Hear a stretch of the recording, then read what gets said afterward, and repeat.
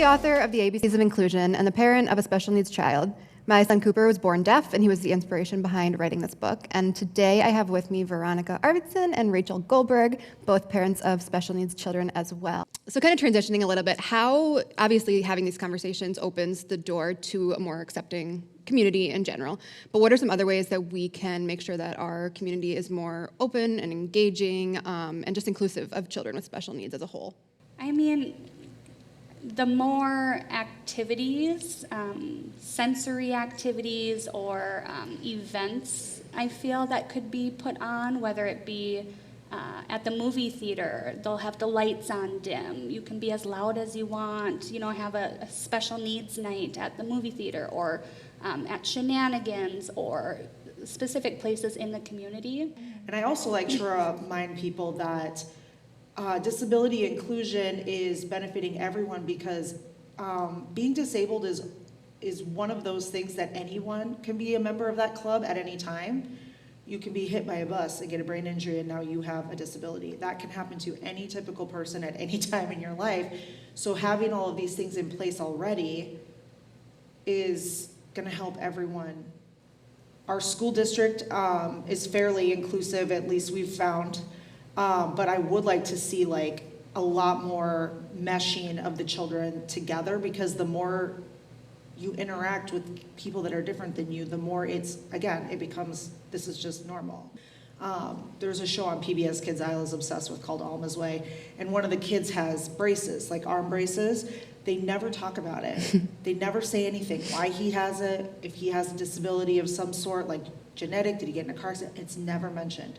And no kid who's ever watched that show with me, I wait for them to ask, why does he have those? They never do. Because it's just, this is Eddie, this is Eddie. I think that brings up a good point to, as parents advocating for our kids, there's that, interesting aspect of like, I've seen other deaf parents who like knew that they might have a deaf child. They've lived that experience. They can, be an expert in it. I think there's a hard line sometimes where I'm like, I don't want to speak on behalf of deaf culture as a whole or anything like that, but at the same time, like, your child best. So how do you guys balance that, having not lived their experiences, but having to be their voice at times? Living in Alexandria, I know of a couple adults with Down syndrome, but Instagram is filled with them, and they all have their own platforms, and they can tell their own experiences, and it's fun to kind of almost peek into the future of what she could be or how she could be. But speaking on behalf of her, it's just, she's my kid, and I know how she is because she's very similar to how I was as a kid, unfortunately, sometimes. But the disability has nothing to do with a lot of it. It's really just, this is her attitude. This is her attitude. Yeah, I mean, I feel the same. I can really only speak to Tessa and her experiences with it, but I agree social media, especially with Tessa's syndrome being so rare, we've only met a handful of children with her syndrome, and thankfully we have at her specialty clinic that we travel to yearly, and it's the only one in the whole United States, and it's in Wisconsin, so we're grateful that it's really close to us.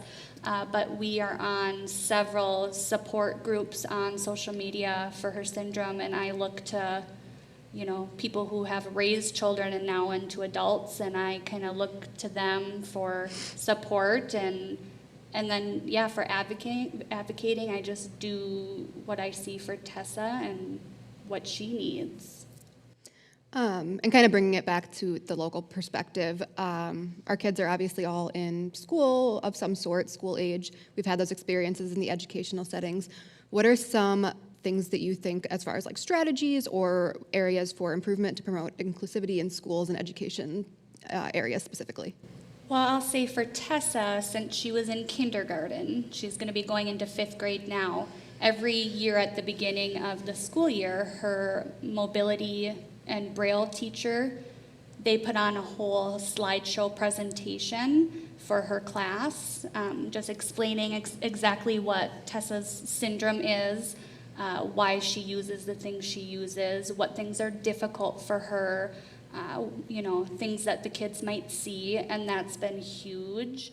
I personally would like to see like 100% inclusion in our school district, and I know it's hard, and I know it's staffing, and I know those teachers work way too hard and get paid not nearly enough, and there's so many guidelines and laws and all these things they have to follow.